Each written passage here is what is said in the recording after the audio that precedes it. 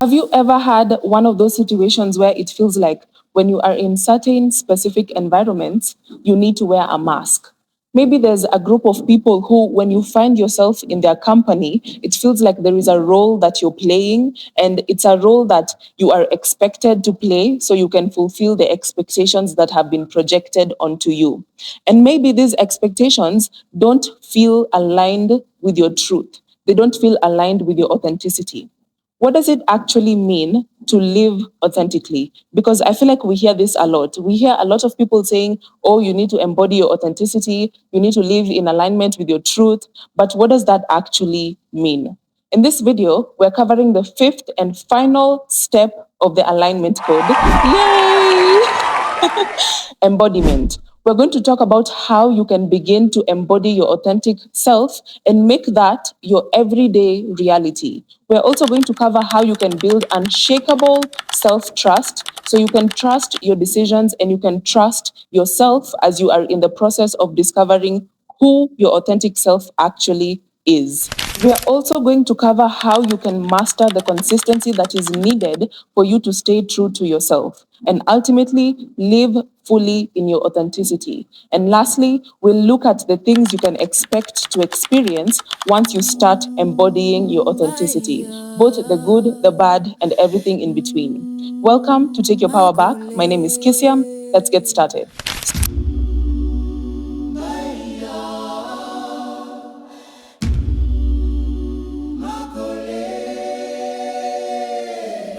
So, what does it feel like to make decisions that come from your inner truth instead of decisions that are influenced by external pressure?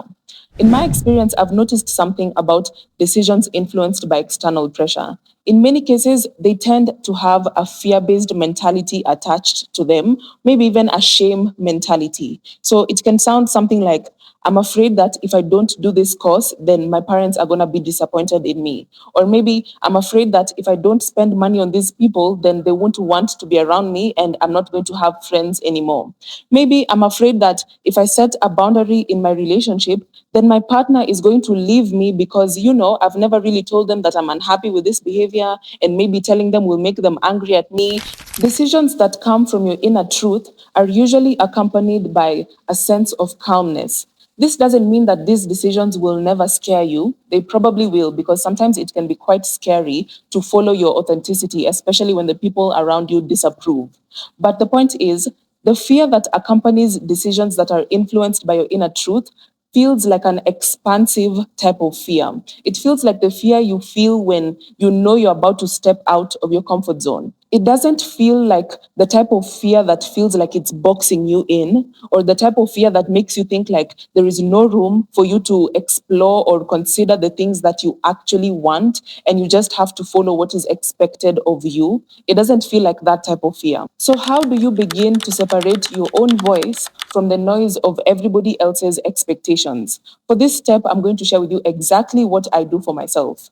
Number one, when I have an important decision to make or a decision that I know I don't want to be influenced and I want to follow my authenticity, I sit on the decision before I ask anybody for their opinion. If I know I don't have to decide immediately, I'm going to sit on whatever situation is needing a decision, and I'll stay with it for some time until I can finally get a maybe even a rough idea of what my initial thoughts of the situation are. And then I can consider asking someone else for their opinion. And when it comes to this, there is an important thing I always keep in mind.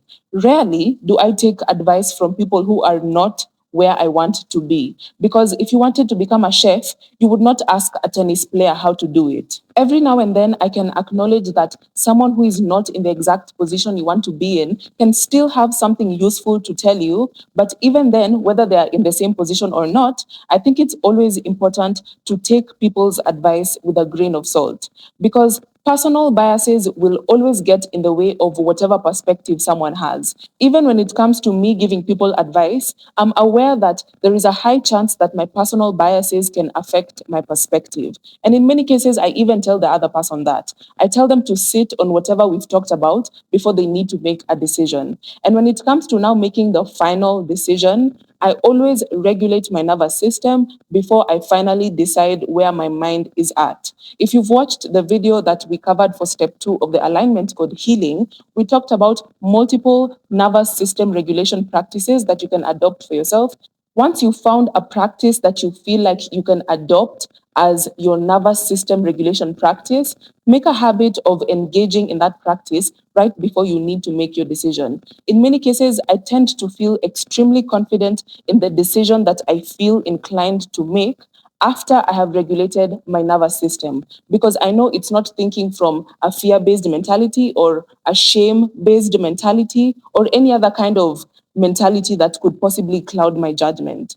So, why is self validation the foundation of living in alignment with your authenticity? It's because there is no instruction manual on how you can be authentic.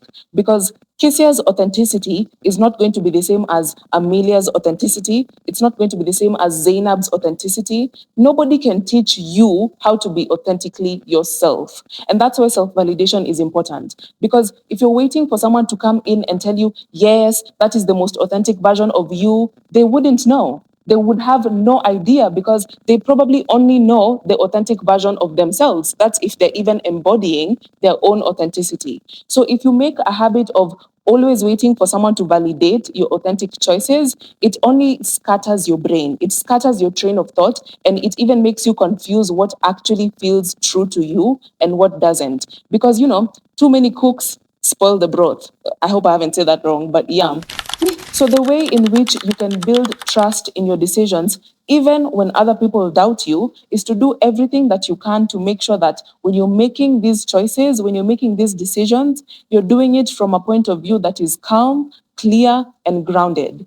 Engage in those emotional regulation practices I'm always referring to. That is the way to make sure that your nervous system is not under the pressure of fear, shame, or guilt when you need to make a choice. When you learn how to create a consistent routine out of these regulation practices, that is the exact definition of having your own back, even when other people don't get it. Because as I've said, no one can validate your authentic choices, only you can. Okay, let's talk about how you can master self discipline and consistency when it comes to staying true to yourself.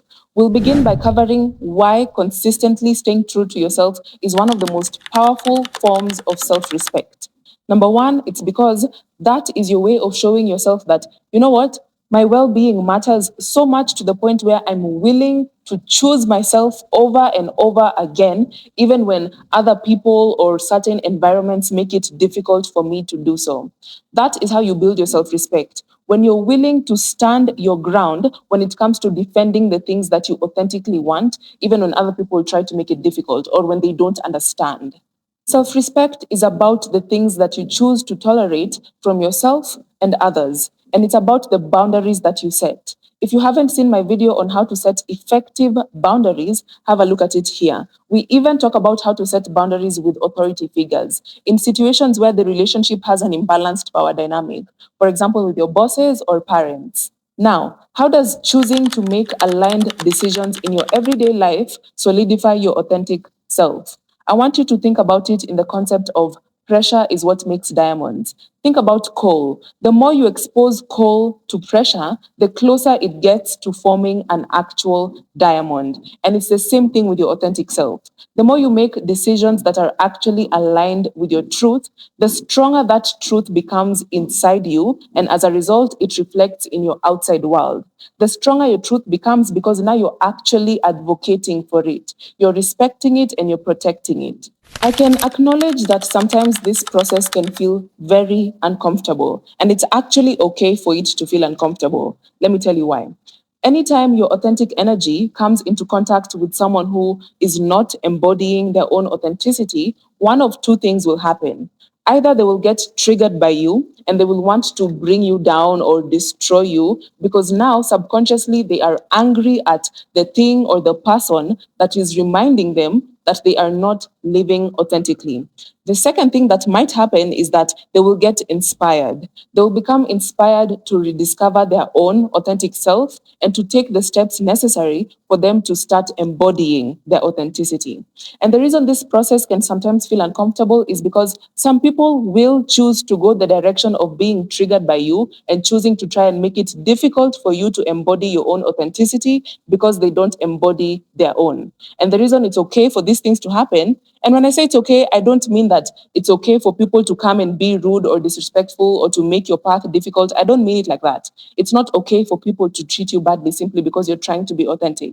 When I say it's okay, I mean okay in the way that you can make peace with the fact that some people will be triggered. The reason I say it's okay is because someone who is not living authentically would not be triggered by you if you also were not living authentically. Your energy is only triggering them because the steps you're taking to embody your authenticity are actually working. So, good for you. Because living in your truth will only trigger someone who is living a lie. And it's not your job for you to now shrink yourself so they can be comfortable with the fact that they're living a lie. And it's also not your job to try and convince them to live in their truth if they're not willing to do the work for themselves. But it is your job to understand that your authenticity will trigger some people. You need to be okay with that. That is how you master the consistency that is needed for you to stay true to yourself. When the obstacles that people try to throw your way don't have an effect on you because you understand that it's more about them and their uncomfortability in the fact that they can now see that they're living a lie than it is about you. And when you understand that, it becomes easier for you to not allow these obstacles to stand in your way. Yeah, they might affect you for a little bit, but you always bounce back better than you were before. Now let's talk about actually embodying and living in your full authenticity in your everyday life. We'll start by covering what is going to happen once you decide that you're no longer allowing the world to dictate who you should be. Number one, emotions like fear, guilt, and shame are no longer going to be tools that can be used to control you. That means they're not going to be the deciding factor that is fueling the choices that you choose to make. You're no longer making choices because of what you're afraid to lose or the rejection that you're afraid to face or the guilt that you think you'll feel after you make the choice or maybe even the shame that you're trying to avoid. You're no longer making choices based off of those things. And automatically, the people and the relationships that you had in your life that were thriving because you were the version of yourself that was easy to control using fear, shame, and guilt, those relationships will start having tension. Some clashing will begin to happen. But let me tell you this, and I'm telling you from my own personal experience the freedom you feel after choosing to liberate yourself from the control tactics of fear, shame, and guilt, that freedom will always make the tension feel like nothing. That tension doesn't even compare to the amount of gratitude you're going to feel towards yourself when you realize that, you know what, I've actually taught myself how to advocate for my truth, how to advocate for my authenticity. That will always outweigh the discomfort of clashing heads with people who feel like you should continue being the version that can be easily controlled. Because the thing is, even when you choose to follow all the rules, when you choose to fulfill all of the expectations that have been projected onto you, there is somewhere where you will still fall short. Because as human beings, we are never satisfied. So when you feel like, oh, I've sacrificed myself so much, I feel like now they're going to love me, now they're going to accept me, now they're going to acknowledge me, they will still ask you to sacrifice some more. It's like, oh, last week you cut an arm for us, this week make sure you cut a leg. Listen, when you start advocating for your truth, you start building genuine happiness. Not the kind of happiness that performs for other people to see and say, wow, she's so happy. Wow, look at her life. Not that kind of happiness. The kind of happiness that doesn't really care if other people are acknowledging it or not. That kind of happiness is the one that can't be taken away from you because you have built it brick by brick. And the thing about living in your authenticity is that you start attracting people who are also living in their authenticity, or at least people who are willing to put in the work to start living in their authenticity. Because now you're not afraid to be seen. You're not hiding yourself in fear that somebody will judge you or somebody will reject you. You're not bothered by that. Yes, you know it can still happen, and it probably still will happen at some point, multiple points, as a matter of fact.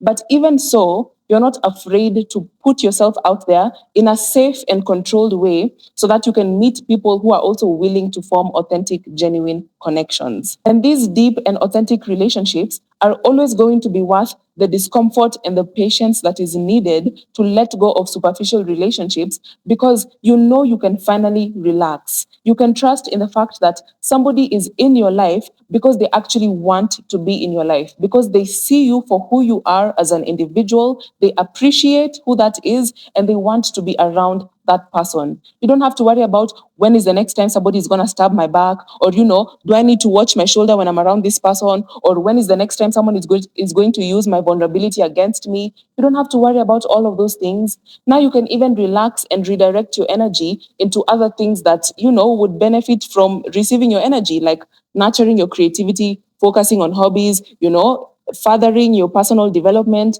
You can relax basically because you know that you're actually connected with people who want genuine connections. And the truth is, you might probably have to practice patience while you wait for these authentic relationships to come into your life.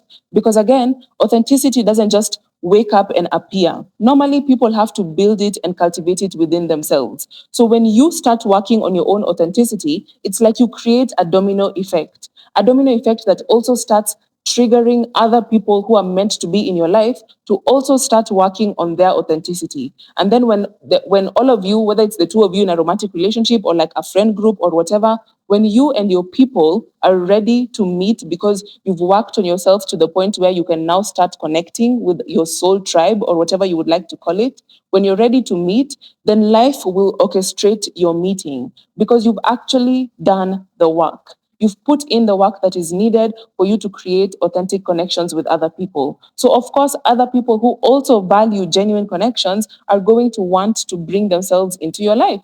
And the truth is, you might probably have to practice some patience as you wait for these authentic relationships to come into your life. But as we've already covered, these authentic relationships are always going to be much more worth it than the superficial ones. So even if you need to practice a bit of patience, the price that you have to pay is going to be so small compared to the reward that you're going to experience. The reward of being surrounded by people who see you for who you truly are, they love that version of you and they want to be around that version of you.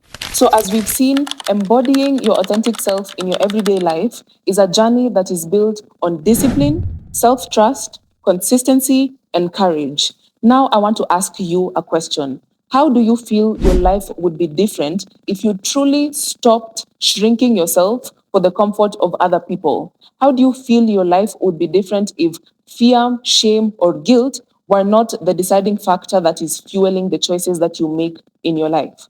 Let me know in the comment section, what is one step you feel you are ready to take for you to start moving closer and closer to embodying your authentic self? You don't have to make a drastic change that changes you overnight because, as we've talked about, these changes don't happen overnight.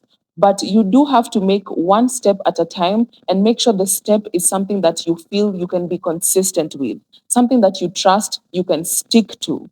So let me know in the comment section what that step is for you. Think about the version of yourself that is not dependent on the validation of other people. That version of yourself is probably extremely powerful because you understand what your truth is and you're ready to advocate for your truth. It may not always be easy and it may not happen overnight, but it is definitely a version of yourself that you have the ability to step into if you're willing to commit to the process of showing up for yourself. With that being said, like this video if you found it helpful. Also, if you would like to connect with me beyond YouTube, you can have a look at my social media platforms in the description box down below. Plus, if you are ready to co-create with me a community of people that are authentically themselves, a community of people that are ready to let go of limiting subconscious programming and to build a life that they genuinely are happy with, then make sure to hit the subscribe button. And I will see you in the next video. Bye.